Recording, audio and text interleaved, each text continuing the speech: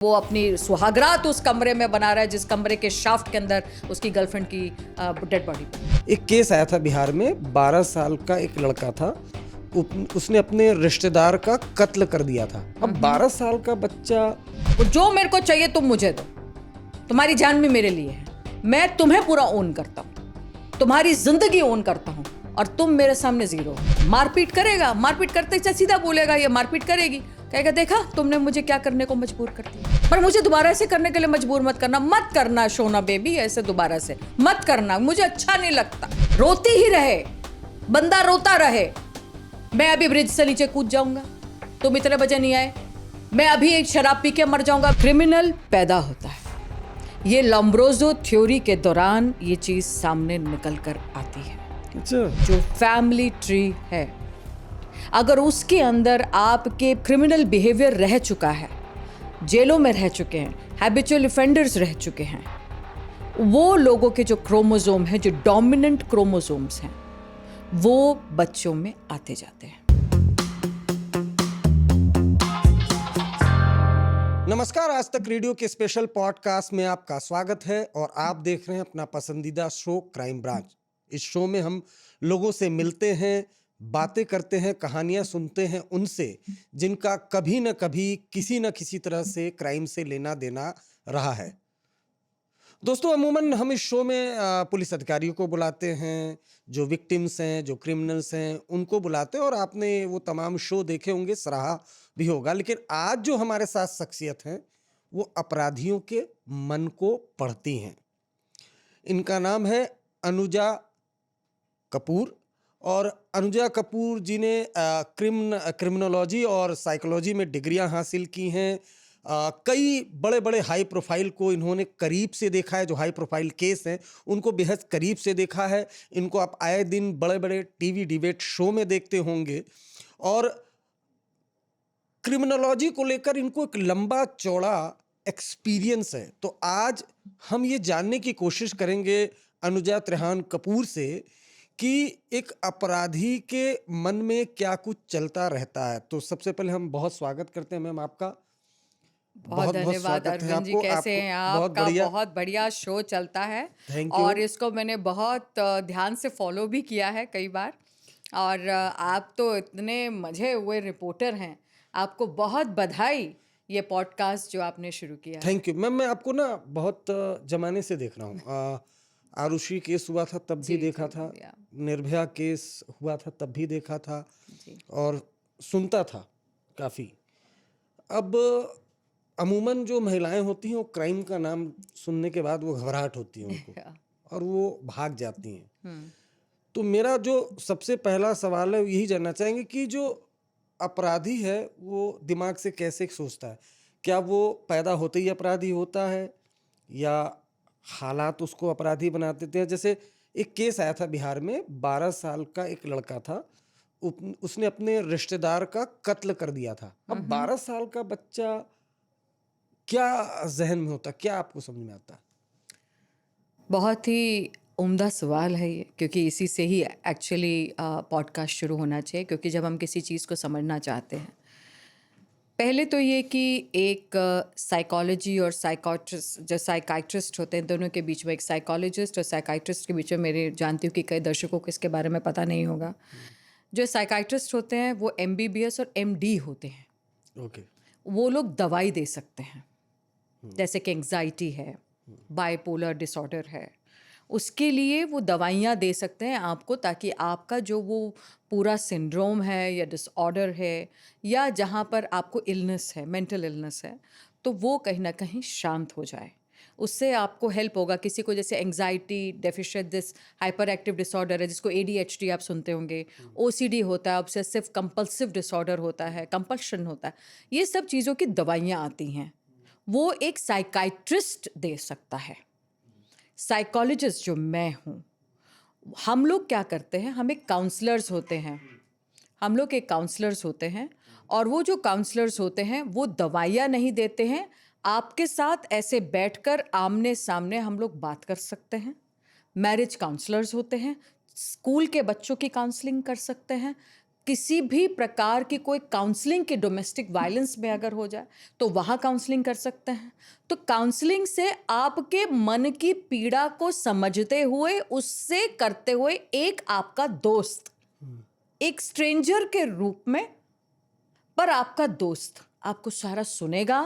आपको जो प्रॉब्लम हो रही है एक बहन की तरह, एक बेटी की तरह, एक माँ की तरह और एक सबसे बड़े एक दोस्त की तरह आपकी बात को समझकर उसका जवाब देगा। ये होते हैं साइकोलॉजिस्ट, जो आपके सबसे करीबी दोस्त होते हैं, जिनसे आप रात को 2 बजे भी बात कर सकते हैं और उनको कह सकते हैं, दीदी मैं आज ये करने जा रहा हूँ। जैसे कोई सुसाइडल है तो वो दीदी आपको फ़ौरन फ़ोन पे रोकेगी और बात करेगी और कह सकती है कि ऐसे नहीं ऐसे। हमारे पास भी वही रूल अप्लाई होता है जो एक साइकाइट्रिस्ट के पास होता है कि हम इस चीज़ों को अपने दिल तक और अपने मन तक, अपने बड़े पेट तक रख सकते हैं। इसके आगे हम लोग अनटिल अनलेस कि बहुत ही बड़ा हमें लगे कि कुछ करने जा रहा है और हमारे सामने वो किसी चीज़ को कन्फेस कर दे, तो उसके बाद हम लोग उस चीज़ से रिलेटेड अगर कोई ज़रूरी है तो फिर हम लोग पुलिस को कॉल करते हैं कि हमारे सामने उसने ऐसी कन्फेशन दे दिया है, कोई ऐसा इशू है और कन्फेशन हो रहा है। साइकोलॉजी जो इस पूरे दौरान पर जो लोगों की हम लोग जब बात करते हैं और हम लोग के पास कई लोग पूछते हैं कि क्या मैम आप अगर कोई एक रेड फ्लैग्स देखती हैं तो क्या आपको अलाउड है फ़ोन कर देना पुलिस को? देखिए, रेड फ्लैग्स जब तक कि थ्रेटनिंग ना हो, रेड फ्लैग्स जब तक कि ऐसे ना हो कि वो खुद को या किसी और को उसके अंदर टॉर्चर कर सकता है या कहीं उसकी जान को या दूसरे की जान को हमला हो सकता है, तो वहाँ पर फिर हम लोग उसके बारे में बताते हैं। क्योंकि सर प्रॉब्लम ये होती है कि अगर एक बार बात करती, मेरा और आपका एक ट्रस्ट इशू बन जाएगा। फिर हम एक डॉक्टर की तरह हैं, आपने मुझ पर विश्वास कर रहे हो, बस दवाई नहीं दे रही हूँ क्योंकि मैं उसके लिए मेडिकली क्लेम में उसमें नहीं हूँ, क्योंकि मैं MBBS नहीं हूँ, मैं डॉक्टर नहीं हूँ, मैं आपकी काउंसलर हूँ जो आपको काउंसिल कर सकती है, आपको बता सकती है अब कहाँ गलत है, कहाँ पे क्या है। मानना नहीं मानना आपके ऊपर है, पर मैं आपको एक साइकाइट्रिस्ट के पास भेज सकती हूँ कि दवाई आप उनसे ले लीजिए। ये अगर मैं कर दूंगी तो मेरा लाइसेंस खो जाएगा। तो सिचुएशन क्या रहती है कि यहाँ पर साइकोलॉजी के साथ हम लोग जब सिंड्रोम और डिसऑर्डर्स और हम इलनेस के ऊपर बात कर रहे हैं, इलनेस क्या होता है कि उसको तो दवाइयों से हम क्योर कर सकते हैं, पर जहाँ पर सिंड्रोम और डिसऑर्डर्स आ जाते हैं उसके अंदर क्या होता है कि वो एक ऐसी लूप है जो आपके बायोलॉजिकल फैक्टर से कनेक्टेड है। आपने पूछा कि क्या जो क्रिमिनल है वो बॉर्न है, क्रिमिनल पैदा होता है। ये लोम्ब्रोसो थ्योरी के दौरान ये चीज़ सामने निकल कर आती है। अच्छा, कार्ल मार्क्स को बहुत लोग मानते नहीं थे अपने टाइम पर, इस थ्योरिस्ट को। उसके मरने के बाद बहुत लोगों ने कहा हाँ जी कार्ल मार्क्स को। ऐसे लोम्ब्रोसो थ्योरी जो है, जो लोम्ब्रोसो थे, उन्होंने इस बात को जब बोला तो लोगों ने उनकी बहुत हंसी उड़ाई थी। उन्होंने इनमेट्स में जो लोग किस तरीके से ढांचे में होते हैं, किसका कैसा ढांचा रहता है, किसका क्या होता है, कोई कैसा दिखता है, तब वो ये कहते थे कि हाँ, कि जो लोग ना, जिसकी नाक ऐसी है, जिसका ये ऐसा है, किसके ढांचा ऐसा है, ये लोग पैदा होते हैं, ये एक तरीके के लगते हैं, इनका ना उनका हाल ढाल चाल वो कहाँ से आता है सर? यहाँ से अब मैं आपको बताऊंगी कि वो पैदा कैसे होते हैं। क्रिमिनल्स पैदा होते हैं। 100% का आप एक सर्कल ले लीजिए, आप इसको डिवाइड करिए आधा 50 में और 2 हिस्से आप कीजिए, जो दूसरा 50 है उसके 25 और 25 के 2 हिस्से डिवाइड कीजिए। जो 50 है वो 50 है जेनेटिक क्रोमोसोम। जेनेटिक क्रोमोसोम का मतलब आपका जो पेड़ है, जो फैमिली ट्री है, अगर उसके अंदर आपके पेरेंट्स, आपके दादा, आपके परदादा अगर पुराने टाइम में कहीं से भी पूरे ट्री के अंदर चलते आ रहे हैं और कन्विक्ट्स रह चुके हैं, जिनके कहीं ना कहीं जो पूरा क्रिमिनल बिहेवियर रह चुका है, जेलों में रह चुके हैं, हैबिचुअल ऑफेंडर्स रह चुके हैं, वो लोगों के जो क्रोमोसोम हैं, जो डोमिनेंट क्रोमोसोम्स हैं, वो बच्चों में आते जाते हैं। वो जब बच्चों में आते जाते रहते हैं तो कुछ चीज़ ऐसी है, मतलब आपके साथ पैदा हुई, जब आपके साथ पैदा होती है तो क्या आप उसको वैनिश कर सकते हैं? अब यहाँ पे और इंटरेस्टिंग चीज़ें आती हैं। कुछ चीज़ें आती हैं जो आपके साथ पैदा हुई, जैसे कि क्रोमोसोम। अगर हम 25% आगे वाला देखें, जिसको मैंने कहा था वो 50 को आगे में डिवाइड कर दें, 25% वो होता है जहाँ पर आपका मेकअप, मतलब बायोलॉजिकल, मतलब आपकी मैल फंक्शनिंग ही गलत हो। बच्चा पैदा हो रहा है, पेट में है अभी, हो सकता है माँ को चोट लग जाए। सो बच्चे जब पेट के अंदर होते हैं उन्हें चोट लग जाए। कई बार ऐसा होता है कि बच्चों को बाहर निकालते निकालते बच्चे नीचे गिर जाते हैं, या माँओं को एक अंदरूनी चोटें लग जाती हैं। और ऐसा भी हुआ है कि बच्चे फोर्सिप बेबी की तरह बाहर आते हैं तो दिमाग के हिस्से पे फोर्सिप लगता है। कईयों की ऐसा होता है कि इशू की वैक्यूम से बाहर निकालना पड़ता है। कई दाइयाँ होती हैं, ये मैं अर्बन और रूरल दोनों में बात कर रही हूँ, और दाइयाँ होती हैं। कई लोग हॉस्पिटल नहीं जाते हैं, कॉम्प्लिकेटेड चीज़ें हो गई, वहाँ बच्चे को कुछ इस दौरान पर, और मैं ये बहुत साफ शब्दों में कह रही हूँ, क्राइम जो है वो ये नहीं देखता है पहले तो कि वो क्राइम जो हुआ है वो लड़के के साथ हो रहा है कि लड़की के साथ हो रहा है। क्रिमिनल जो है, ऑफेंडर, परपिचुएटर, वो लड़का है कि लड़की है। वो ये नहीं देखता कि कास्ट, रिलीजन, क्रीड क्या है, सेक्स नहीं देखता, कास्ट नहीं देखता, कुछ नहीं देखता। क्राइम क्राइम है, क्रिमिनल क्रिमिनल है। जब आप इसे समझ लेंगे तो इसके बाद पहली चीज़ तो आप यही समझ जाएंगे कि क्राइम किसी भी पद पर, किसी भी ओहदे पर, किसी भी जगह घट सकता है। क्राइम को आप बंद नहीं कर सकते, आप सिर्फ उसे कम कर सकते हैं। आप जो बोल रही थी कि जब वो बच्चा गिर जाता है तो उसका क्या इफेक्ट होता है? हाँ, तो ये मैं इसलिए आपको बीच में मैंने बता दिया ताकि इससे आगे आपको बहुत इफेक्ट आएगा। तो ये जब चीज़ें हो रही हैं उस बच्चे में, वो लड़का भी हो सकता है, वो लड़की भी हो सकती है ना। तो हमारा एक, ये देखिए यहाँ पर एक ब्रेन होता है हमारा इस साइड पे। जब हम जुवेनाइल जस्टिस से रिलेटेड बात कर रहे थे उस वक्त हमारा लोगों ने बहुत कहा कि अरे ऐसा लॉ होना चाहिए जिसमें बच्चे को भी, जो माइनर होता है उसको भी एडल्ट की तरह कीजिए। चलिए, मुझे लगता है कि पहले ये समझना ज़रूरी है कि जो बच्चे जब क्राइम करते हैं, जुवेनाइल भी, बच्चों में एक अर्ज होती है, हम सब में अर्ज है। हम सब लोग तो क्रिमिनल्स कई जगहों पर उस लेवल पर नहीं काम करेंगे, क्योंकि हमारी अर्ज को कंट्रोल करने के लिए 23, 22 और 23 साल की उम्र में प्री फ्रंटल कॉर्टेक्स, ये एक ब्रेन का हिस्सा है।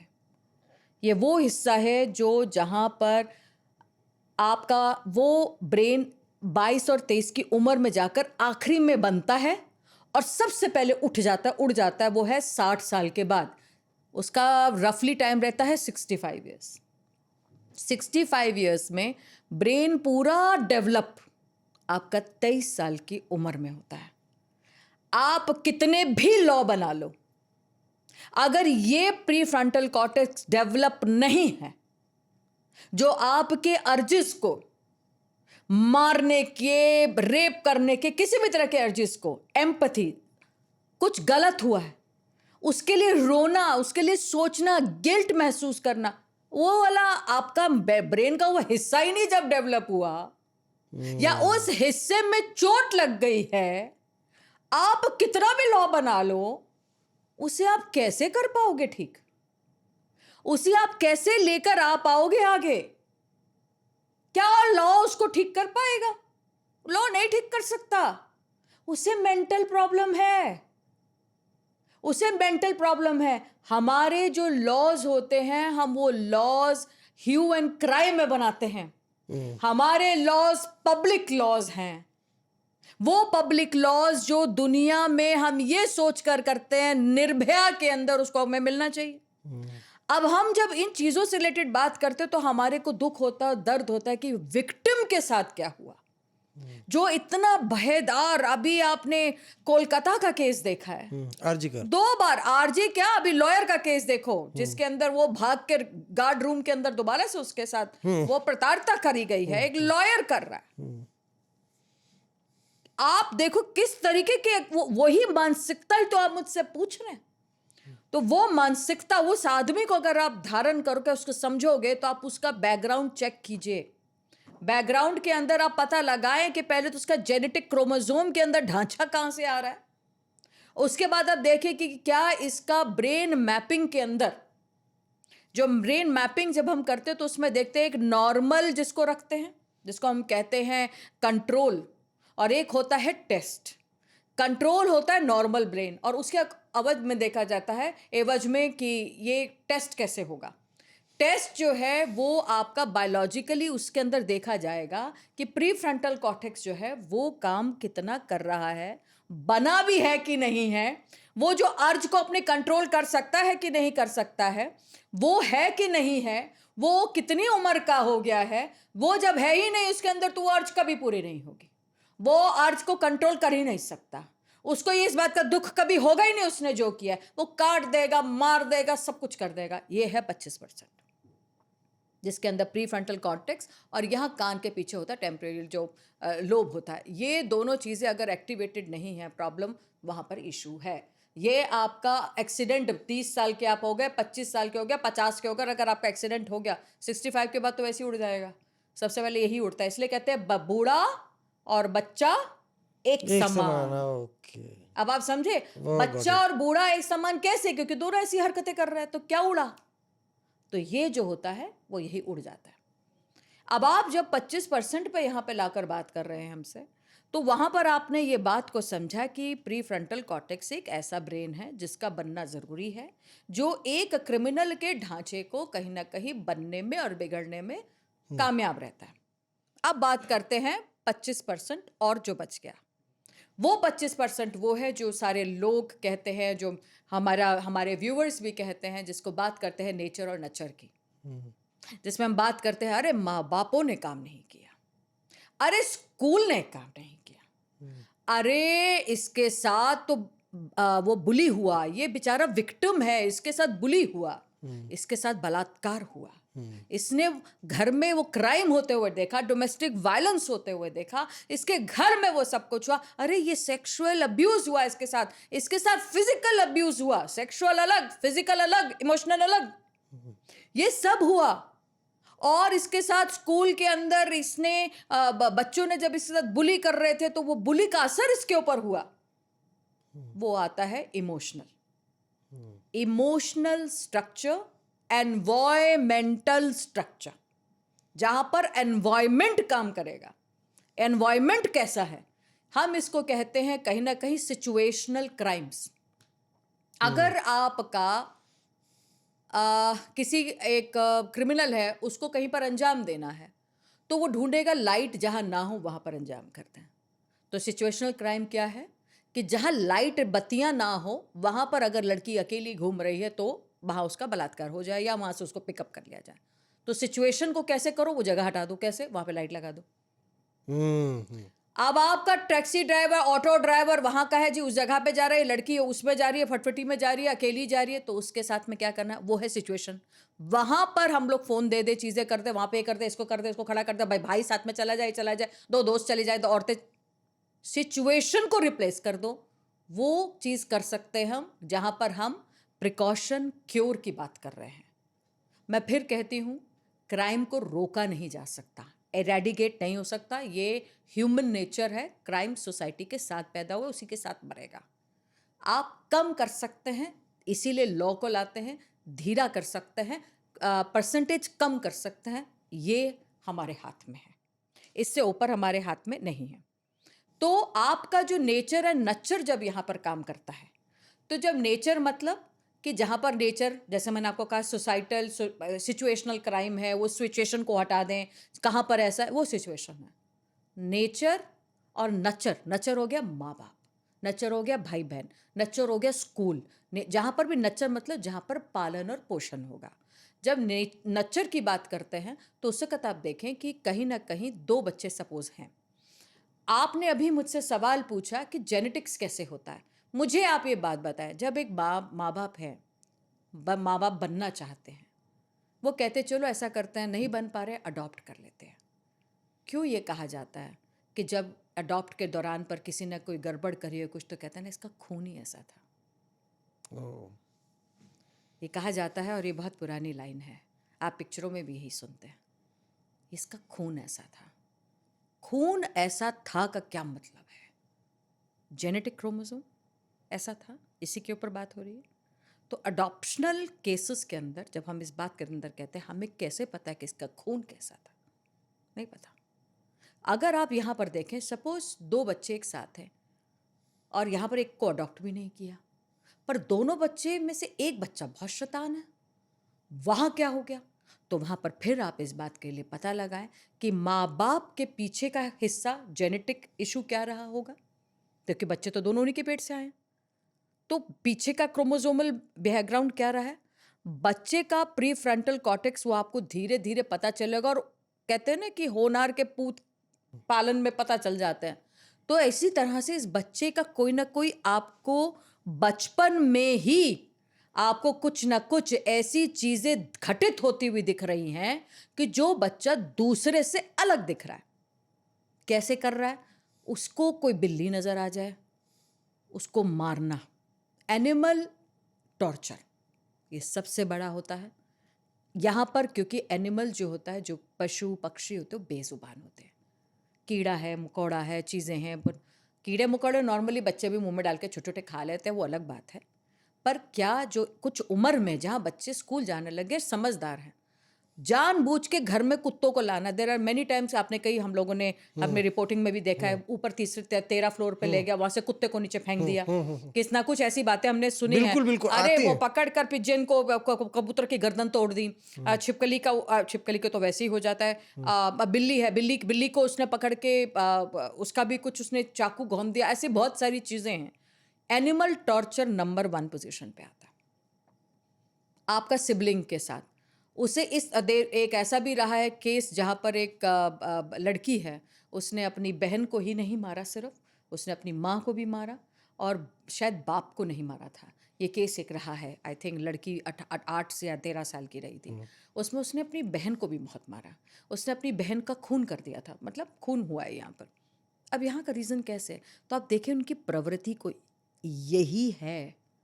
अनचेक्ड जब हम लोग चीज़ों को नहीं समझते, तो 3 चीज़ें जो मैंने आपको बताया, एनवायरमेंटल जो 25%, उल्टा चल रही हूँ मैं, बायोलॉजिकल, और फिर वो 50%।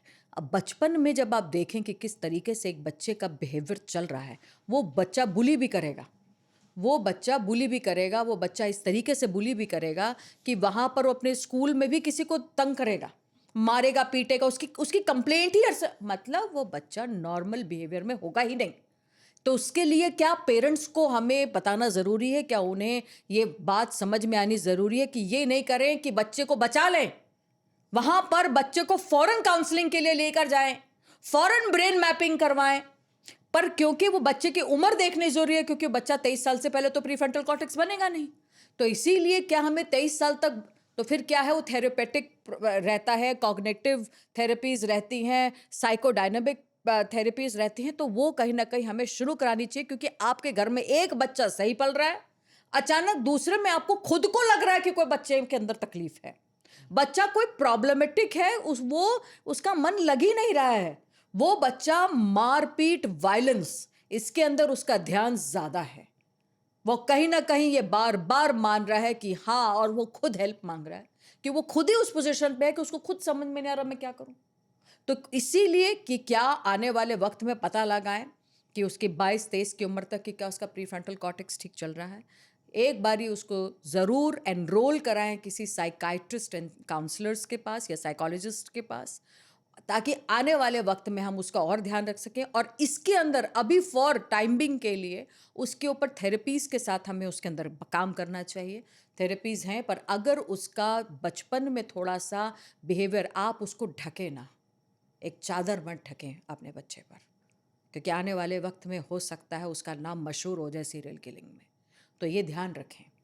हर एक बच्चा शैतानी करता है, बहुत बच्चे शैतानी करते हैं, ये बात मेरे कानों में बहुत पड़ती है, एज अ काउंसलर बहुत पड़ी है मेरे कानों में, सब बच्चे बहुत शैतानी करते हैं।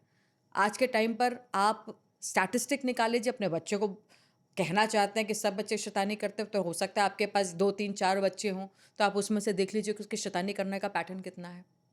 हम सिर्फ ये जो हम लोग एज एन अ पॉडकास्ट जो कर रहे हैं इसके अंदर सबसे इसीलिए बताना चाहते हैं ताकि आप लोग जागरूक हों, क्योंकि माँ बाप जागरूक हों, टीचर जागरूक तो हो सकता है कि हम कहीं ना कहीं, बहुत अच्छा है, भगवान करे कि बच्चा आगे जाकर उसका ये एक झुकाव है क्राइम की तरफ वो कम हो जाए। बट आगे वाले वक्त में अगर वो कम नहीं होगा तो ये बहुत बड़ा इशू लेकर आ सकता है, मेल और female, it does not matter. अब इसके बाद जब हम आगे की तरफ निकलते हैं तो आप इस पे ध्यान दीजिए कि जब वो बच्चा नर्चर एंड नेचर के बाद पर्सनैलिटी क्या है। 4 तरीके की पर्सनैलिटी और आती है इसके अंदर।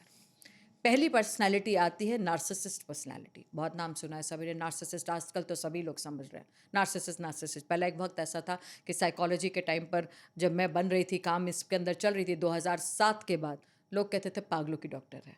तो आज उन्हीं पागलों के पास सब डॉक्टर के पास लेकर आते हैं। बहुत तो ज्यादा जरूरत है आजकल। हाँ, आजकल में, क्योंकि और उस टाइम पर शायद थोड़ा सा निर्भया का टाइम हुआ तो उसके बाद फिर मैं आगे भी आई, तो सभी को फिर तब नया सब लोगों ने सुना कि क्रिमिनल साइकोलॉजी कुछ होता है। क्रिमिनोलॉजिकल साइकोलॉजिस्ट इंडिया से बाहर वो लोग होते हैं जो लोग इनमेट्स जो डेथ रो के ऊपर जो मरने वाले हैं, वो इनमेट जो डेथ रो के ऊपर है, जिन्होंने बहुत ही ज़्यादा ब्रूटल क्राइम किया हुआ है, murder, serial killers, serial rapist, उस तरीके के लोग, और टुकड़े, कैनिबलिज्म का मतलब है जिन्होंने खाया है। और निथारी केस के साथ साथ बहुत ऐसे केसेस हैं हमारे पास, वो कैनिबलिज्म में, नेक्रोफीलिया, जहाँ पर सेक्स करा जाता है लाश के साथ, कॉर्प्स के साथ, इस तरह की चीज़ें तो मतलब अनगिनत है, बहुत ज़्यादा है, जिनके साथ हम लोग सारी चीज़ों को आगे की तरफ समझेंगे। और तो वो जो एरिया जहाँ घटित हो रहा है, उन एरियाज़ को बहुत तरीके से और बारीकी से समझने के लिए अभी जब निर्भया का केस चालू हुआ तो निर्भया के केस के अंदर जब बीबीसी न्यूज़ वाले आए और हमने बात करनी शुरू करी, क्या हमारी इंडिया इन चीज़ों को समझने के लिए तैयार है? क्योंकि जब जो इनमेट होता है, जब वो अपने दिल की बात कहता है, जहाँ पर वो कहता है कि एक लड़की जो है वो खुली क्या नाम है, मिठाई की तरह है, तो हमें ही दुख होता है क्योंकि हमारी बेटियों के लिए इस तरह की बात करी जाती है। पर अगर हम लोग को थोड़ा क्रिमिनल साइकोलॉजी को आगे की तरफ समझना होगा, साइकोलॉजी है एक ह्यूमन ब्रेन को समझने की, आप कैसे उठ रहे हो, क्लिनिकल साइकोलॉजी, उठना बैठना खाना, जो सिंड्रोम है, जो इलनेस है, जो क्या नाम है, साइकोलॉजिकल डिसऑर्डर्स हैं, उनके बारे में बात करते हैं। क्रिमिनल साइकोलॉजी जो रहती है उसमें क्राइम, एक क्रिमिनल के माइंडसेट के बारे में बात करते हैं। तो जब इसको आप समझना चाहते हैं तो ऐसा होता है कि वो आप अपना मुंह खोलेगा तो अब खुशबू और प्यारे शब्द तो बोलेगा नहीं, वो बातें कहेगा जिसको हम बर्दाश्त नहीं कर पाएंगे। पर क्या वो बातें हम सुनकर, क्या उसके ऊपर हम एनालाइज करके, क्या हम एक रिसर्च को जो हम लोग करते हैं उसको चालू करके उन लॉज को हम इसीलिए हिसाब से आगे लेकर आएँ कि जो ऐसे लोगों को पता लग सके। इसी के अंदर मैं आगे, जब मैं अभी बात कर रही हूँ आपसे, तो साइकोपैथ, सोशियोपैथ को क्लियरली डिफाइन करूँगी। मेरा नहीं, आप, आई एम सॉरी, मैं नहीं, बात आपको कीजिए। इंटरप्ट कर रहा हूँ। ये आप अभी जो बात कर रहे हैं कि जो कानून है इसलिए लाया जाता है, अब मैं इसी बातचीत में मेरे मन में ये सवाल आया, चूंकि आपने उस केस को भी बड़े अच्छे से देखा, निर्भया का जो केस था जी काफ़ी हैवानियत हुई थी, पूरा देश उबल गया जी था, जी जी और काफ़ी चर्चे, अब इतनी चर्चा हुई तो पूरे विश्व में घर घर में उसकी चर्चा हुई, बच्चों को, अपने बेटों को देखो, बेटियों को देखो, सारी चर्चा हुई। कड़ा कानून आया, जो बच्चे हैं उनकी उम्र भी बढ़ाई गई, उसको भी इन्वॉल्व किया गया। उसके बाद भी तो हो रहे हैं ये कानून का डर। फिर वही बात आपकी जो ना वो मैच कर रही है कि कुछ जो आपकी बात यहाँ पर वो एस्टैब्लिश हो रही है कि जो आपने बोला, अब मुझे भी बातचीत में समझ में आया, जो आपने बोला बिल्कुल सही कि कुछ चीज़ें ना वो जेनेटिक होती है और क्रिमिनल पैदा होता है, ऐसा मुझे लग रहा है, क्योंकि कानून बना, इतने केसेस होते हैं, इतने डिबेट होते हैं, उसके बावजूद भी क्राइम होता है। बिल्कुल सही कह रहे हैं भाई। प्रॉब्लम यही है कि यूएई के अंदर देखिए हाथ काट देते हैं, तो क्या वहाँ पे रेप नहीं होता? बुरखा में रहती हैं हमारी बहनें, क्या रेप नहीं होता? साथ में बोल दिया जाता है कि तब वहाँ तो बुरखा वाली को ही मारा जाता है, लड़की को ही मारा जाता है, और भी मारा जाता है। हमारा तो ये फिर भी हमारा देश, हाँ, बहुत अच्छा है, हमारा भारत बहुत अच्छा है, यहाँ पे तो औरतों की बहुत आवाज़ है, बहुत आगे की तरफ हम लोग हैं। हमारा जो मकसद है पॉडकास्ट वो यही है कि हम एक क्रिमिनल को समझने की कोशिश करें, उसको कानून से हटा नहीं रहे हैं, उससे उल्टा क्या होगा, ये समझने से उसको और बेहतर लॉ के साथ उसको जो ये डेथ पेनल्टी है, जहां मैं आगे आपको बताऊंगी डेथ पेनल्टी किसके लिए होनी चाहिए, और life imprisonment without parole, parole होता है कि जो बाहर ही ना आ सके, वो होना चाहिए। तो डेथ पेनल्टी उन लोगों के लिए होनी चाहिए जिन लोगों का प्री फ्रंटल कॉर्टेक्स खत्म हो चुका है। उनको डेथ पेनल्टी, उनको मार देना बहुत जरूरी है। क्यों?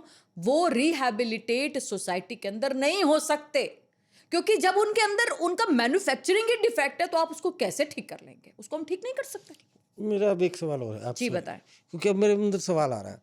अभी इधर बीच इंसिडेंट हुए जिसमें एक मतलब कपल है, पढ़े लिखे हैं, बेंगलोर की बात करें, उसमें जो एक पति था, उसके ऊपर कई केसेस हो गए दहेज वहेज के, तो उसने बकायदा वीडियो रिकॉर्डिंग की, उसमें सब कुछ अपने बारे में बताया, उसके बाद सुसाइड कर लिया।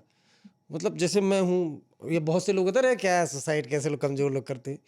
ये जो सुसाइड कोई व्यक्ति करता है तो इतनी बड़ी हिम्मत कैसे ले आता है कि अपनी ही जान ले लेता है, वो क्या मनोवृत्ति होती है? कभी आपने इस बारे में स्टडी करी है कभी? मैं वहां तक भी पहुंचूंगी, क्योंकि जब मैं पर्सनालिटीज के बारे में बात कर रही थी कि जो अभी जो मैं आपको अभी नार्सिसिस्ट पे शुरू ही किया था, ऐसी 4, ये टोटल 4 हैं जो मैं आपको अभी बताऊंगी, तो आपको और भी आपके जो सवाल जितने हैं आपको और क्लियर होते चले जाएंगे। आपने जैसे अभी ये सवाल पूछा है तो उसका बस इतना बता देती हूँ।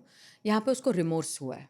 रिमोर्स मतलब उसको बुरा लगा है, और वो अपनी जान इसलिए ले रहा है क्योंकि उसको ये बात वो जस्टिफाई अपने अंदर कर पा रहा है, और उसको ये है कि मैं जब मारा, जब उसने यहाँ पर उसने कहीं ना कहीं, एक और भी मैं बात कहूँगी कि वो पकड़ा नहीं जाना चाहता, वो पकड़ा भी जाना नहीं चाह रहा था कि मेरे को कोई पुलिस नहीं पकड़े, मैं अपनी जान खुद दे दूंगा, क्योंकि मेरे बाद अब इसके बाद जीने का कोई मतलब नहीं।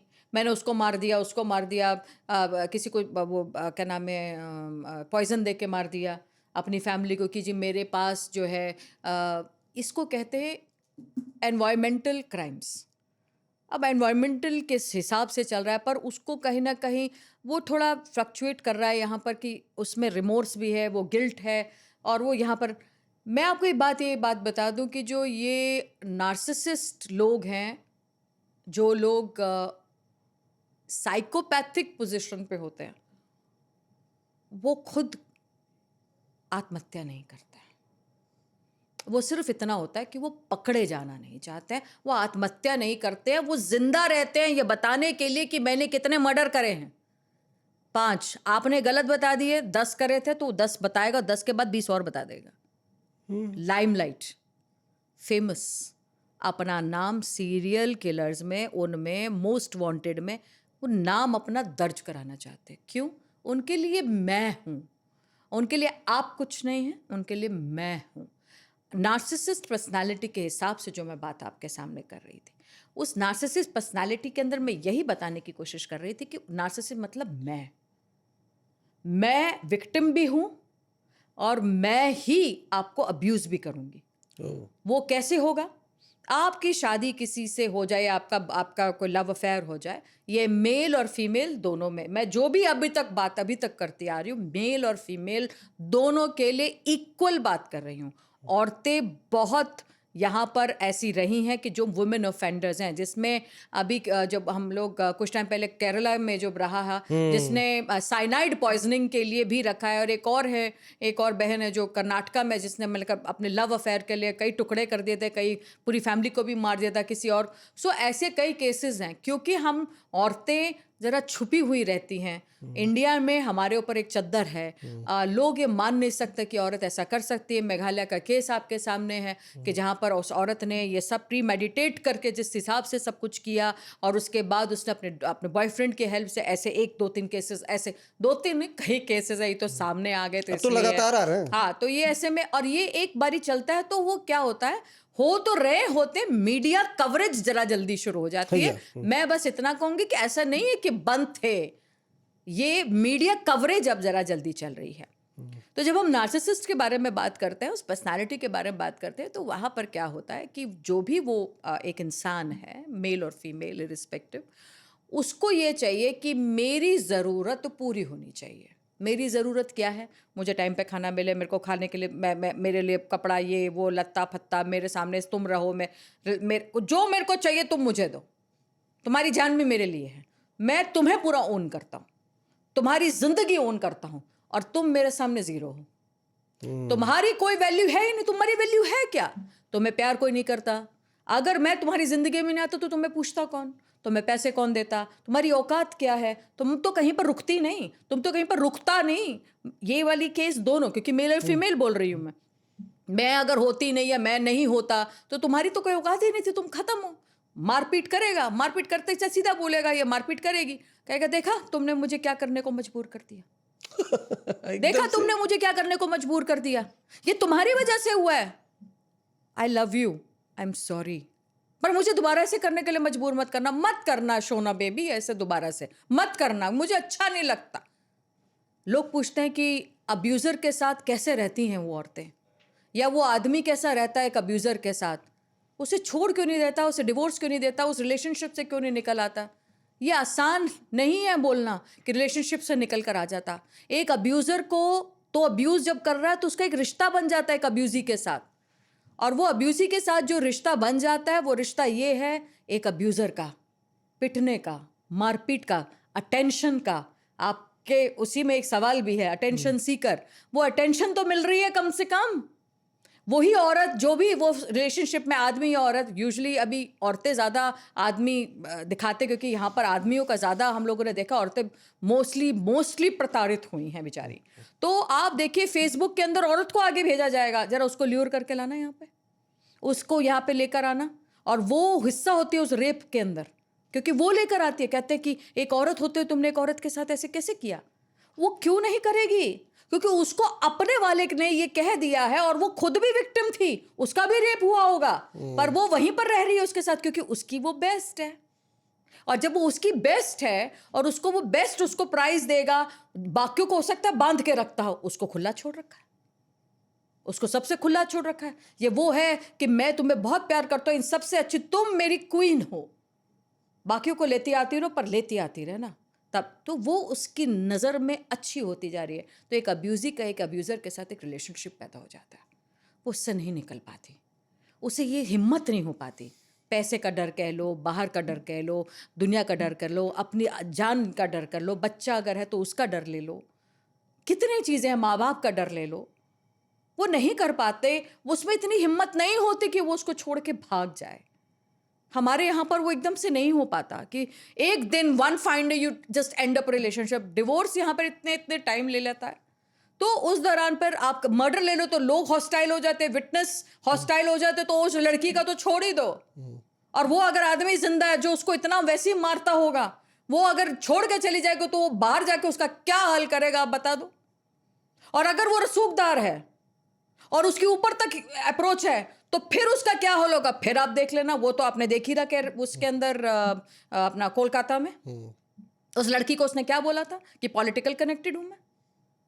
क्या हाल हुआ वो अस्थमा का हुआ है, उसको लेकर जाने के लिए उसकी मशीन लाकर दोबारा आकर बलात्कार करता है। आप उसकी क्रोनोलॉजी देखें कि किस तरीके का हिस्ट्री शीटर है वो। तो ये समझना बहुत जरूरी है कि नार्सिसिस्ट पर्सनालिटी वो है जो ये बात को मानता ही नहीं है कि मैं गलत हूं, तुम गलत हो, मैं तो सही हूं,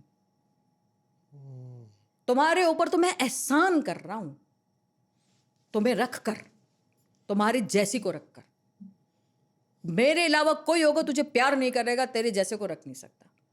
यह है नार्सिसिस्ट। अब नार्सिसिस्ट के साथ जो बिल्कुल दूसरी साइड पे थी वो थी इमोशनली अनस्टेबल पर्सनालिटी। हमारे नाम से पता चलता है, इमोशनली मतलब जिसके इमोशंस हिल रहे हैं, अनस्टेबल खत्म, अनस्टेबल है वो personality. So emotionally unstable personality वो दूसरी तरफ थी। कई लोग कहते हैं आसाराम बापू, मैंने आपने देखा ये मेरा प्रोफाइल, उसके अंदर मैंने बात करी थी, आसाराम बापू है, राम रहीम है, ऐसे लोग कैसे इतना बड़ा नेक्सस चला लेते हैं, और वो लोग जाके पैर छूते जो खुद पढ़े लिखे हैं। कहीं ना कहीं वो अलग चीज़ें हैं जहाँ पर उनको किसी इसकी ज़रूरत है, वो पॉलिटिकल कनेक्टेड है, वो अलग चीज़ें हैं। पर कई लोग ऐसे होते हैं जो इमोशनली अनस्टेबल होते हैं, जो डरे हुए होते हैं। उन्हें ये पता होना चाहिए कि मेरा फ्यूचर क्या है, जो ऐसे बाबाओं के साथ कनेक्ट हो जाते हैं।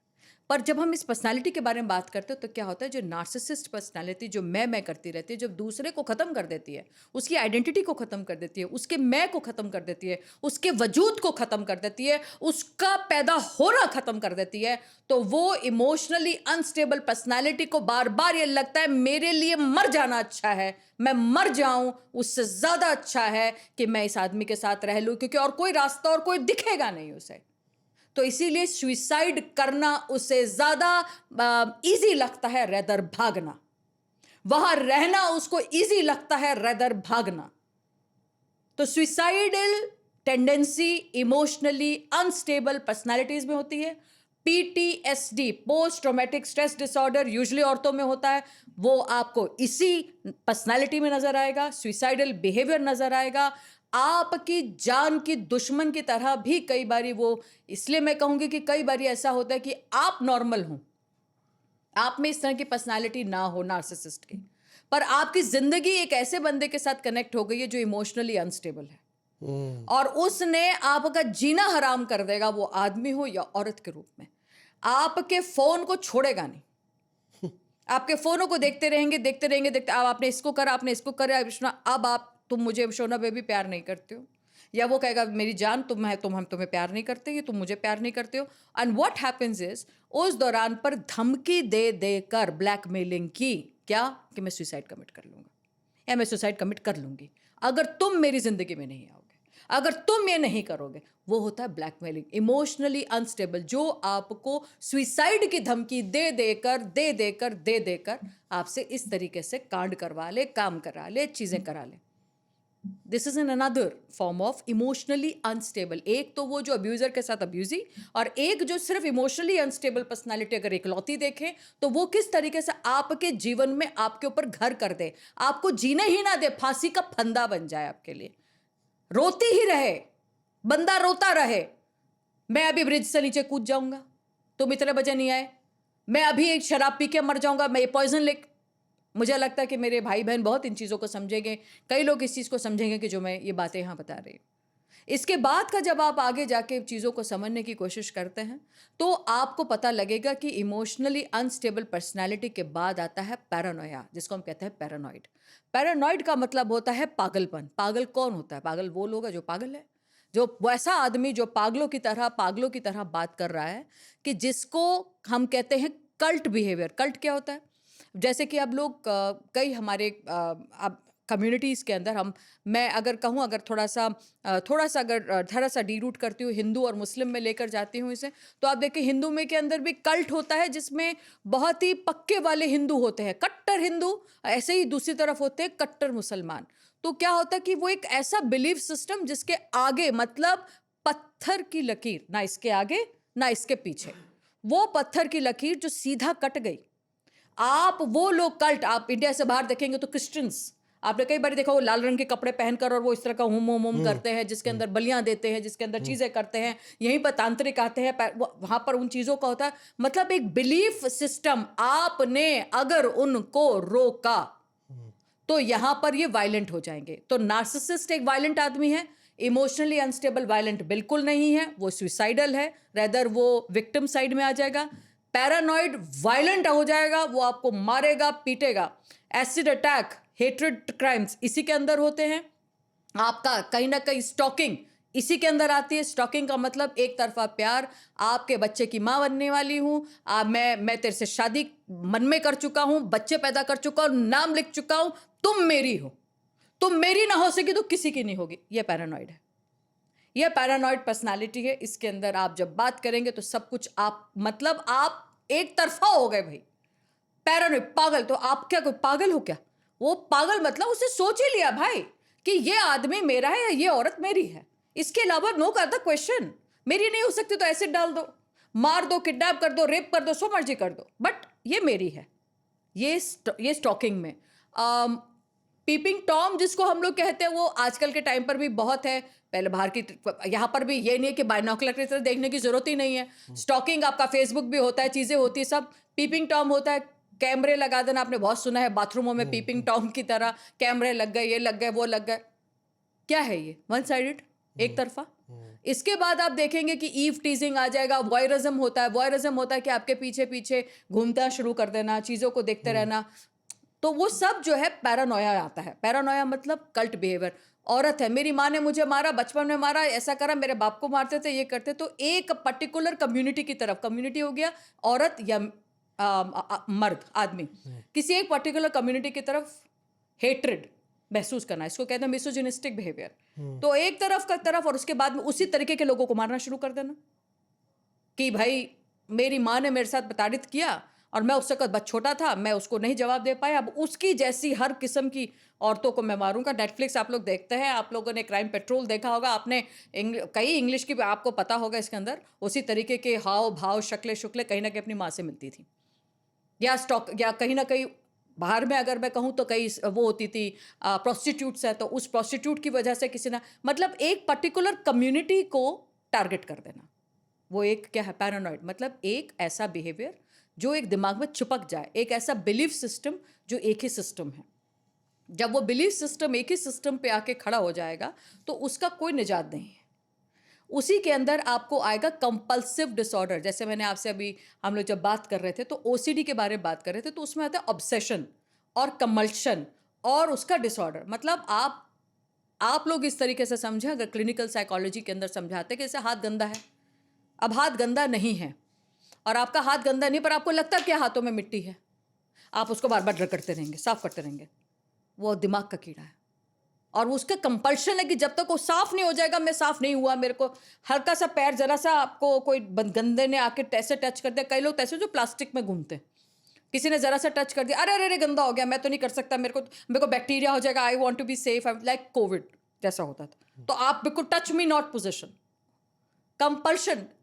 कंपल्शन वो तो होता है ऑब्सेशन, कि एक ऑब्सेशन है कि भाई मेरे को करना है चीज़ें कुछ जिसको बार बार घटित करने का, करके फिर खत्म करो। ऐसा कई लोग सोचते हैं कि रेप करके खत्म करें, मेरे को करना ही करना है, मुझे तो करना ही करना है। इसी के अंदर डेमोनिक बिहेवियर आता है। अगर डेमोनिक बिहेवियर क्या होता है कि भगवान मेरे पास आए, उन्होंने मेरे कान में कुछ बोला है, सैटनिक बिहेवियर जिसमें सैतानिक बिहेवियर होता है। भगवान ने मुझे कहा है, या मेरी जो दादी हैं, या मेरी मरी हुई माँ है, या मेरे फादर, कोई भी जो ऊपर से कोई मेरे कानों में आकर, मेरे दिमाग के अंदर आके बोलता है मुझे करना है। इसको स्किज़ोफ्रेनिया भी कहते हैं। स्किज़ोफ्रेनिया अलग होता है हेलुसिनेशन से थोड़ा। स्किज़ोफ्रेनिक के क्या होता है, उसमें हेलुसिनेशन होता है कि आपको ऊपर से कुछ ना कुछ आ रहा है इधर उधर का, पर इसके अंदर ये भी होता है, स्किज़ोफ्रेनिया अलग इस तरह से थोड़ा सा ये होता है कि उसके अंदर ये होता है कि मुझे कोई मारने वाला है, तो पर आता है इसी कैटेगरी में है, पैरानोया में। उसको कहते हैं पागलपन, कि सब मुझे मारना चाहते हैं, इसीलिए वो छुप कर कोने में बैठ जाता है। ये स्किज़ोफ्रेनिया है। कई लोग इसको गलत तरह से पुट करते हैं। हेलुसिनेशन इसका यस एक हिस्सा है, और दूसरा हिस्सा है कि कुछ लोग ऐसा फील करते हैं कि मुझे मार दिया जाएगा, मेरे दुश्मन हैं, इस तरह से मारा।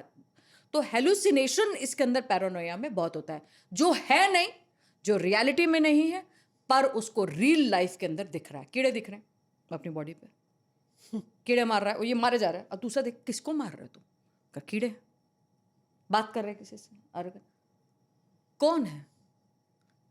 पैरानोया, पागल हो जाना, वायलेंट हो जा। आप मना करो उनको, आपके चप्पल जूते सब सामान सब भांडे बर्तन सबके साथ ठोक देंगे, सब मारेंगे, सब मारना शुरू कर देंगे। ये पैरानॉइड के साथ। इसके लास्ट में आता है प्रीडेटर पर्सनालिटी। अब प्रीडेटर जो है बहुत खतरनाक पर्सनालिटी है। यहीं पर आएगा आपका साइकोपैथ, और यहीं पर आएगा आपका सोशियोपैथ। अब सोशियोपैथ थोड़ा सा इसके अंदर अलग है, इसको हम लोग डाल सकते हैं, कहना चाहें तो थोड़ा हम इसको पैरानॉय में डालना चाहें तो डाल सकते हैं। यूजुअली इसके अंदर प्रीडेटर के अंदर साइकोपैथ आता है।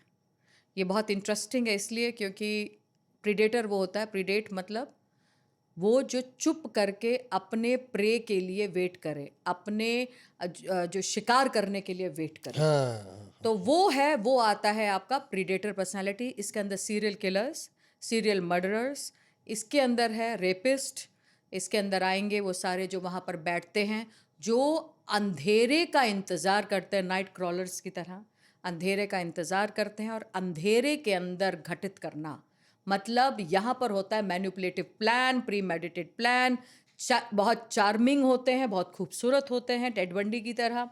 बहुत चार्मिंग रहते हैं, बहुत ऐसे होते हैं कि आपकी फैमिली का एक हिस्सा होते हैं। उनकी फैमिली होती है, वो माँ बाप उनके होते हैं, उनके बच्चे होते हैं, उनका सब होता है। वो यहाँ पर इसके अंदर पूरे तरीके से समाते हैं प्रीडेटर में। मतलब वो सीईओज होते हैं, वो मतलब वो हिस्सा होते हैं, आपकी ज़िंदगी का हिस्सा होते हैं, आपको पता नहीं पहचान नहीं लगेगा। पाते आप वो उनको। कूल होते हैं, कूल, हाँ हाँ। Very cool. आप उन्हें नहीं पहचान सकते कि यहाँ पर कितने प्रीडेटर्स घूम रहे हैं, क्योंकि वो मैनिपुलेटिव होते हैं। वो आपको बाद में पता चलता है भाई कितना मैनिपुलेट कर गया, कितना चीज़ों को मैनिपुलेट करके आगे तक ले गया। तो वो एक बहुत बड़ी सिचुएशन है जिसको समझना है, जिसको हम कहते हैं प्रेडेटर। तो साइकोपैथ्स आर दोज पीपल जिनका प्री फ्रंटल कॉर्टेक्स खराब होता है। मैं फिर से कहूँगी, खराब होता है। वो कैसे पता चलता है? और सोशियोपैथ का भी प्री फ्रंटल कॉर्टेक्स खराब होता है, या खराब होगा या जीनियस होगा। जीनियस मतलब बहुत एक्टिविटी वाला या कम एक्टिविटी वाला। अब आपको बताते हैं साइकोपैथ कौन होता है। साइकोपैथ और sociopath anti social personality disorder का दो हिस्से हैं। एंटाई सोशल मतलब जो लोग सोशल नहीं होते। सोशल कौन होते हैं? पार्टी करने वाले लोग। और एंटाई कौन होते हैं? जो टोटली एंटी हों, जो सोशल नहीं हो सकते, जो लोगों को पसंद नहीं करते, जो बात करना नहीं चाहते, जो मिलना नहीं चाहते, जो किसी से, जिनको मतलब ही नहीं है, भाड़ में जाओ, ऐसी वाली पोजीशन में। जब आप इनसे बात कर रहे हैं तो आप ये देखेंगे कि जो साइकोपैथ होता है, जो मैंने 25 याद है आपको बताया था बायोलॉजिकली, ये प्री फ्रंटल कॉर्टेक्स अगर उनका मैपिंग के दौरान आप देखेंगे, तो अगर इनके सामने आप पिक्चरों की लाइन लगा दे, इवेंट्स में पिक्चर जो आपके सेंसेस, जो आपकी आंखों के, आपके इमोशंस को टारगेट करें, रेप दिखाएंगे, ब्रूटल रेप दिखा रहे हैं, मारपीट दिखा रहे हैं, खुशी दिखा रहे हैं, हर किस्म का emotion, sad, sorrow, happy, smile, हर किस्म का रोना, सब अगर वो पूरे पिक्चर के दौरान, उस सीरीज के दौरान चुप करके देखता है, ना वो रो रहा है, ना वो हंस रहा है, ना वो कुछ कर रहा है, वो सिर्फ देख रहा है, और उसके दिमाग के अंदर अगर जो एक्टिविटी है वो बिल्कुल बहुत कम है, मतलब एक्टिविटी का मतलब उसके अंदर अगर आप जब आप इसमें करें तो ज़रूर लैब के थ्रू, उसमें गूगल में आप जाकर पिक्चर के थ्रू ज़रूर दिखाएं जो मैं कह रही हूँ। तो ब्रेन एक्टिविटी ज़रूर दिखाएं इसके अंदर, क्योंकि वो ब्रेन एक्टिविटी आपको ज़रूर बताएगा एक नॉर्मल और एक साइकोपैथिक ब्रेन के अंदर आप एक्टिविटी देखेंगे कि किस तरीके से उसकी जो एक्टिविटी है वो कम हो जाती है, पर्टिकुलर एरियाज़ पे शांत रहता है, वो शांत होकर देखता है। इन लोगों का जो ब्लड प्रेशर होता है वो बहुत लो हो जाता है, लो रहता है, खास करके ऐसे टाइम पर। तभी वो मैनिपुलेट कर पाते हैं, तभी वो प्री मेडिटेट कर पाते हैं, तभी उनको सांस नहीं चढ़ता। इसीलिए वो लाई डिटेक्शन में बहुत अच्छी तरह से पास कर जाते हैं। मुझे लगता है आपका एक क्वेश्चन ये भी था कि लाई डिटेक्शन के अंदर वो पास कर जाते हैं। इसीलिए पुलिस जब उनसे बात करती है, उनको चीज़ें करती है, वो ये समझ नहीं आ रहा होता है उन्हें कि भाई वो क्यों बताते, फट पट करके बताना चाहते हैं कि एक पहले तो पुलिस ने पकड़ लिया, उनको अच्छा नहीं लगता कि मुझे पकड़ के लिया, पर अगर पकड़ लिया है तो जो मैंने किया है उसको जरा ढंग से सुने, फिर वो ढंग से बताएं, कम से कम मेरे बारे में थोड़ी सी बात हो, ऐसा रेप और ये मर्डर जो किया है वो मैंने किया है। वो उस जगह पर जाएंगे भी, उसका सोविनियर भी लेकर रखते हैं। कई तरीके से लोग सोविनियर लेते हैं, कई लोग खा लेते हैं उस सोविनियर को, कई लोग रख लेते हैं, कई लोग के बहुत चीज़ें हैं पुराने में। अगर हम भारत में देखें, वो नायलॉन किलर रहे हैं, क्लाउन किलर्स हैं, हमारे यहाँ पर पॉइजन से रिलेटेड भी है, हमारे यहाँ पे काटना, पीटना, मारना, ये सब रहा है। किसी को वो फ्रीज़र में डालकर, वो जो अपने शारदा, उसका श्रद्धा वाले के अंदर वो उसी को खोल खोल के देखता रहता होगा। एक और केस था जिसके अंदर मैंने भी एज अ जॉइंट कमिश्नर जी के साथ मॉडल टाउन के अंदर हमने किया था। उसमें वो अपनी सुहागरात उस कमरे में बना रहा है जिस कमरे के शाफ्ट के अंदर उसकी गर्लफ्रेंड की डेड बॉडी पड़ी। तो आप समझिए कि ये क्या केस था, क्या था? ये एक ऐसा केस था कि उसके अंदर जो एक लड़का है, उसकी गर्लफ्रेंड है, उसके साथ संबंध रहने के बाद ही didn't wanted to be into that thing, तो उसने एक दिन उसको घर बुलाकर उसको मार देता है, वो क्योंकि उसकी शादी होने वाली होती है। तो उसने कहा कि भाई मुझसे शादी कर लो एंड ऑल दैट। उसने कहा मैं नहीं कर सकता शादी, पर वो एग्रेसिव हो गई उसके, तो उसने उसको मार दिया। अब मार दिया और घर में सब लोग बैठे हैं। तो अब सिचुएशन ऐसी है कि उसको घर से बाहर बॉडी नहीं निकाल सकते, तो एक शाफ्ट होती है, वो शाफ्ट के अंदर बॉडी को डाल देता है और वो शाफ्ट में बॉडी को छुपा के रख देता है बोरी में कैसे, और शाफ्ट के अंदर वो बॉडी को छुपा देता है, क्योंकि उसी का घर था तो शाफ्ट होती है, पुराने ज़मानों में शाफ्ट हुआ करती, तो कहीं छुपा दिया उसने, तो वो शाफ्ट के अंदर जहाँ पे पीछे गीज़र लगते होंगे कैसे भी वो पाइप्स होती है, वहाँ पे उसने छुपा दिया उसके अंदर, और वहीं पर वो शादी करता है, 4 दिन 5 दिन शादी करता है, सुहागरात भी उसी कमरे में जिस कमरे के बाहर में शाफ्ट थी, और उसमें बाद में फिर स्मेल आने लगती तो पता लगता कि बताओ ये मार चुका है इसको। आप देखिए कि इसको कहते हैं कि इन लोगों में, इसीलिए इनमें एम्पैथी, रिमोर्स, इनको कोई मतलब नहीं है दुनिया से, ये ऐसे लोगों को, साइकोपैथ्स को, क्योंकि ये पहले तो पकड़े जाना नहीं चाहते, और पकड़े गए हैं तो अपनी पूरी चीज़ को विस्तार से बताएंगे, बहुत ठोक सबूत से बताएंगे, और जब बताएंगे तो ये चाहेंगे कि आप गलत मत लिखें, आप प्रॉपर तरीके से लाइमलाइट में लिखें, उसको और बताएं, और वो कभी कभार झूठ भी बताएंगे, और भी झूठ बताएंगे, ताकि उनको और भी चीज़ें पता चले ऐसे, ताकि उनका नाम पर एक प्रिंट बड़ा अच्छा सुंदर सा निकल के आना चाहिए। तो ये उनके लिए एक सोवेनियर के साथ उनको एक बहुत उनको एक हेल्प की तरह उनको मिलता है कि I am so good in killing people, it is like a award for them. ये एक बहुत बड़ी चीज़ है जो साइकोपैथ्स के अंदर है। तो लो ब्लड प्रेशर, एक्टिविटी थोड़ी सी कम as compare to the mapping of the normal brain, और लाई डिटेक्शन जो है एक्सपर्ट, ये झूठ को पकड़ने में पकड़वाने देंगे ही नहीं, आप लिटा कर लो, वो अपने आप को ऐसा उन्होंने बनाया होता है कि लाई डिटेक्शन के अंदर वो डिटेक्ट ही नहीं कर पाओगे कि आदमी झूठ बोल रहा है।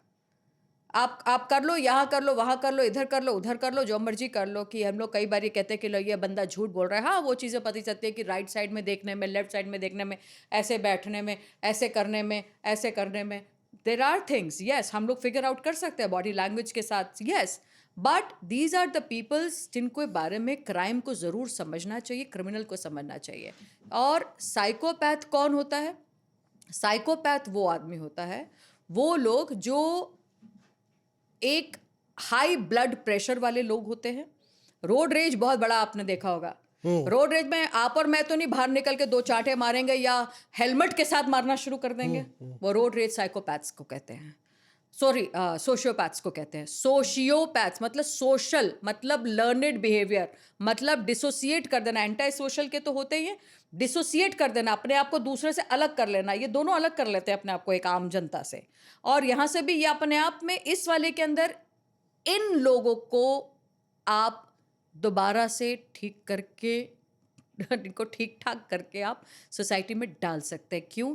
इनमें एम्पैथी होती है, क्योंकि इनका जो प्रीफ्रंटल कॉर्टेक्स है वो ठीक रहता है, ठीक इस तरीके से रहता है कि कम से कम इसके अंदर जो ब्लड प्रेशर है वो हाई होता है, पर इनका ब्लड एक्टिविटी भी बहुत हाई होता है, इनके में बहुत ज़्यादा खून का रिसाव या एक्टिविटी जो रहती है, आप इनको अगर इवेंट्स दिखाएंगे तो एक में रोएंगे भी, हंसेंगे भी, वो रहता है इनमें, पर इनका जो वायलेंस है वो बहुत ऊपर होता है। ये बर्दाश्त नहीं कर पाते कि किसी ने इनको हाथ कैसे लगाया, इसका जवाब पहले लठ मार फिर कोई बात। तो वहां पर है कि वो पहले मारते फिर बाद में बात करेंगे, खून बून देख लेंगे, मार पिट, फिर रो भी लेंगे, फिर कहेंगे अरे मुझसे गलती हो गई है, मुझे माफ़ कर दो। अब गलती हो गई है, ये माफ़ करने वाला, आप याद रखिए मैंने साइकोपैथ का, पर वो एक अलग आदमी है, वो आपको मैनिपुलेट कर रहा है ताकि आपको मार सके, वो मैनिपुलेट कर रहा है ताकि आपको ख़त्म कर सके, वो अलग, वो आपको छोड़ना नहीं चाहता, आप उसका प्रे हो। ये जो सोशियोपैथ्स हैं ये एनवायरनमेंट से निकले हुए हैं, वो नेचर नच्चर, बलात्कार, ये सब वो सब, ये रिवेंज करने वाले, ये वो वाले लोग हैं, ये रिवेंज में जाते हैं। तो इनका दिमागी हालात इस तरीके का गड़बड़ नहीं होता है, इनके अंदर जो सिचुएशन सामने आती है कि बहुत एग्रेसिव होते हैं, बहुत वायलेंट इन नेचर होते हैं, ये मारपीट करते हैं। इनको आप लाइफ इम्प्रिजमेंट विदाउट पैरोल भी दे सकते हैं, विद पैरोल दे सकते हैं, इनको सुधारना चाहे सुधार सकते हैं हम लोग, और इनको रिहैबिलिटेट कर सकते हैं। बट भूल के भी एक साइकोपैथ को रिहैबिलिटेट करने के लिए मत कीजिएगा, इनके लिए डेथ पेनल्टीज़ हैं। ये वो लोग हैं, अगर ये बात पुख्ता हो जाए कि ये एक साइकोपैथ है, तो भूल के भी आप उनको रिहैबिलिटेट मत कीजिए, क्योंकि इन लोगों का वो हिस्सा ही नहीं है जिसको आप ठीक कर सकते हैं। मेरे 2 सवाल हैं, और 2 सवाल इम्पोर्टेंट हैं, और उसका जवाब मैं थोड़ा संक्षेप में भी चाहूँगा। पहला जो मेरा सवाल है, आपने हमसे बातचीत हो रही थी, बातचीत में श्रद्धा का आपने जिक्र किया, तो जो आरोपी था इस केस में, उसकी कोई क्रिमिनल हिस्ट्री नहीं थी, मतलब कोई मुकदमा नहीं दर्ज था, सफ़ेद पोस्ट था, स्मार्ट लड़का था, सारी चीज़ें थी, और वो मर्डर करता है और मर्डर करने के बाद उसके 70 टुकड़े कर देता है। फिर ऐसे ही देहरादून में मैंने देखा था, इंजीनियर, उसकी वाइफ से झगड़ा होता है, एक्सीडेंटल उसकी मौत हो जाती, वो भी उसके 70 टुकड़े करता है। तो ये जो फर्स्ट टाइमर होते हैं इतनी मतलब, और जैसे आदतन जो अपराधी होता है वो तो गोली मारता है ठाए ठाए, फिर भागता, सीसीटीवी में कैद हो जाता है, फिर जेल भी चला, उसका चला जेल चले जाएंगे, वहां से भी चला लेंगे। बस ये क्या फर्स्ट टाइमर ज्यादा हीनियस क्राइम कर देते हैं? कई बार जो हीनियस क्राइम होता है वो फर्स्ट टाइमर अरविंद जी, यहाँ पर थोड़ा सा मैं आपको करेक्ट करना चाहूँगी कि पहली बात तो ये फर्स्ट टाइमर नहीं है, और आपके उसके मारने और पीटने से और उसके टुकड़े करने के हिसाब से आपको अच्छी तरह से समझ में आ गया होगा कि इसकी प्रैक्टिस उसने एनिमल्स पर भी करी होगी। इसका टॉर्चर एनिमल्स ने बहुत देखा होगा। इसका टॉर्चर और भी कई लोगों ने, शख्सों ने करा हुआ है। सिर्फ इतना है कि वो आपसे पकड़े नहीं गए हैं, और वो उसका इसका ये they are all are history sheeters. कोई फर्स्ट टाइमर नहीं होता। इनके पास पूरा तरीका सा होता है। कई बारी शुरुआती थोड़ा थोड़ा करते हैं, किसी जगह पे वो सक्सेसफुल हो पाते हैं, फिर नहीं होते हैं, फिर दूसरी वाली में सक्सेसफुल नहीं हो पाते, फिर ऐसे करके धीरे धीरे करके ये सक्सेसफुल होना शुरू कर देते हैं। एक टाइम ऐसा होता है कि बिल्कुल क्लीनली सक्सेसफुल हो जाते हैं, और आपको उनके काट के करने के पते से आपको ऐसा लगेगा कि कमाल का स्नेक, किस अस्त्र से कौन से करना है, कितना खून निकलेगा, कहाँ से उसको सक्शन करना है, कहाँ से एसिड करना है, कहाँ से बाकी जो थोड़ा बहुत कसर रह जाती है वो तो क्राइम पेट्रोल वगैरह चीज़ें आपको बताकर, चीज़ें बताकर आजकल के टाइम पर सारा बता देते हैं कि कौन सा फॉरेंसिक एविडेंस को हटा देना है, कौन सा क्या है, वो सब चीज़ें उन लोगों को और पता चल जाती है। पर ये जो हिम्मत मारने की, काटने की, करने की, ये आपके बॉडीली हार्म, जो आप जब साइकोपैथ है तो आपको बॉडीली, आपका दिमाग का वो हिस्सा आपको वो कह ही नहीं रहा कि आप एक इंसान को मार रहे हो, क्योंकि वो ऐसी कई चीज़ें कर चुके हैं। अब जब ऐसी चीज़ें कहीं ना कहीं हो चुकी हैं, पहले कभी हुई हों और वो कर रहे हों, तो थोड़ा बहुत कभी कभार ऐसा भी रहा है कि मैं ये नहीं कहूँगी कि किसी कम्युनिटी के ऊपर हम लोग को करना चाहिए, क्योंकि मैंने कई ऐसी कम्युनिटी देखी कि जहाँ पर हमने हिंदुओं को भी इस तरह से करते हुए देखा। हम लोग अगर मुसलमानों में कहें तो वहाँ पर भी कहीं ना कहीं ऐसा हुआ है, क्योंकि बकर ईद वगैरह रहती है तो थोड़ा बहुत बच्चों को थोड़ा बहुत पता होता है कि कैसे वो सिस्टम चलता है, पर वो उनका उनका काम है। तो क्या हमारी जो कम्युनिटी के भाई बहन है वो सारे क्या क्रिमिनल्स बन गए हैं? ऐसा नहीं है। पर क्या होता है कि कई लोग इस चीज़ को ना बहुत और दिमाग खराब हो, तो वो उसका जो प्रैक्टिस जो है ना कहीं वो प्रैक्टिस आप देख रहे हैं कि तो वो प्रैक्टिस जो है वो आगे की तरफ निकलती रहती है। तो इसीलिए क्योंकि पहले वो प्रैक्टिस कर चुके होते हैं कहीं ना कहीं इधर उधर, तो वो प्रैक्टिस और कई बार क्योंकि वो अनचेक जाता है, क्योंकि वो कहीं ना कहीं साइकोपैथ होता है, वो एनिमल्स के ऊपर वैसी टॉर्चर चल कर सकते हैं और वो कर रहे होते हैं। पर मैं फिर कहूँगी कि किसी कम्युनिटी से रिलेटेड नहीं कह रही हूँ। ये कई बच्चों को, कई लोगों को खुद थोड़ा सा पता होता है कि वो कर सकते हैं, वो कर लेते हैं और चीज़ें होती जाती हैं, और वो अनचेक्ड चला जाता है क्योंकि कहीं ना कहीं रिलीजियस सिस्टम की वजह से, और कहीं ना कहीं वैसे ही अपने आप में वो वहाँ पर, क्योंकि दे कैन इसलिए कर लेते हैं। आप जब आगे के सिस्टम में हम इन चीज़ों को देखते हैं, तो जब जिसको अपने में रिमोर्स ही नहीं है, जिसको दर्द ही नहीं है, जिससे फील ही नहीं हो रहा, खून निकल रहा, खून को इतने आसानी से देख रहा है, लाइफ को निकलते हुए देख रहा है, मरते हुए देख रहा है, तो मैं यही बात को समझाना चाह रही हूँ कि ये जो साइकोलॉजी है इन लोगों की, उन लोगों को कोई फर्क नहीं पड़ता कि उन्होंने क्या देखा, क्या नहीं किया।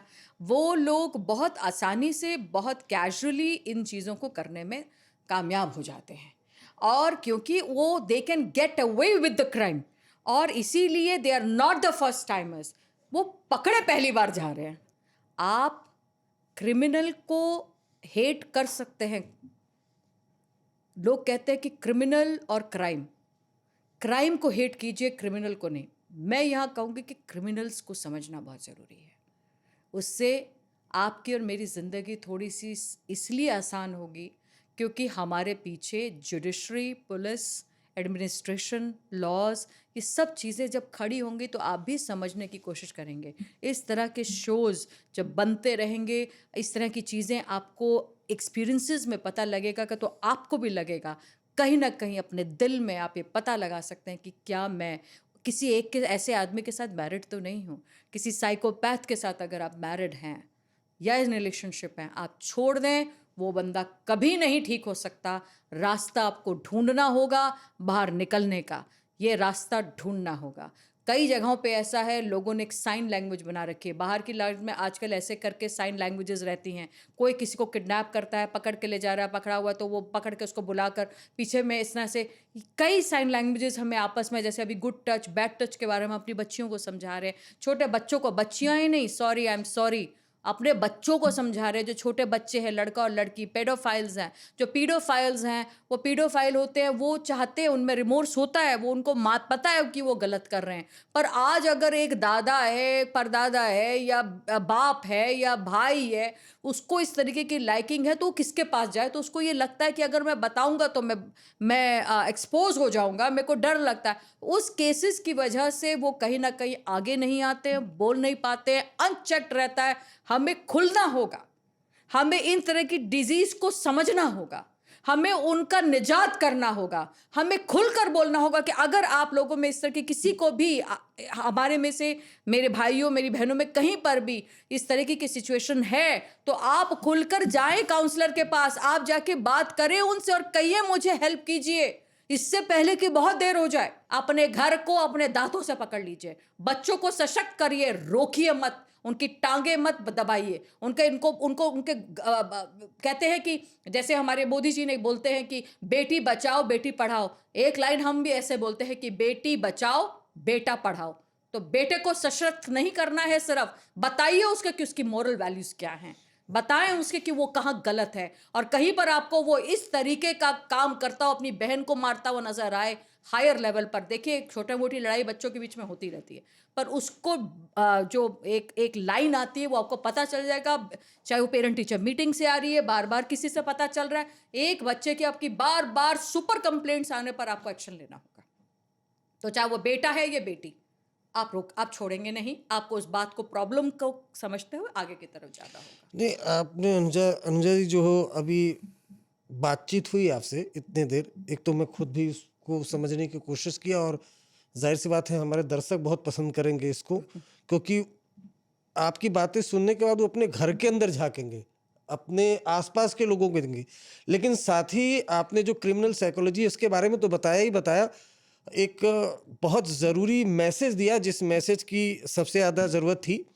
अब ये चूँकि बातें आपकी बहुत ज़्यादा इंटरेस्टिंग थी, लेकिन हमारा जो वक्त है वो बहुत कम है, अब ख़त्म होने वाला है, तो आप यहाँ पर आईं और आपने बहुत इम्पॉर्टेंट चीज़ें बताई, और जिसकी ज़रूरत आज की डेट में सभी लोगों को है जानने समझने की। इसलिए हमने आपको बुलाया भी था, क्योंकि हम ऑफिसर, पुलिस ऑफिसर बुला रहे थे, क्रिमिनल्स बुला रहे थे, लेकिन आज का जो माहौल है और जिस तरह का क्राइम का ट्रेंड है, उसके लिए ज़रूरी है कि अनुजा जैसी जो महिलाएं हैं, जो डॉक्टर हैं, जो स्पेशलिस्ट हैं, वो अपने एक्सपीरियंस भी शेयर करें, और साथ ही साथ आखिरी में जो आपने मैसेज दिया वो मैसेज बहुत ज़्यादा ज़रूरी था। तो आप यहाँ पर आई, आपका बहुत बहुत शुक्रिया। ये शो आपको कैसा लगा, अपना कमेंट जरूर करिएगा। शुक्रिया।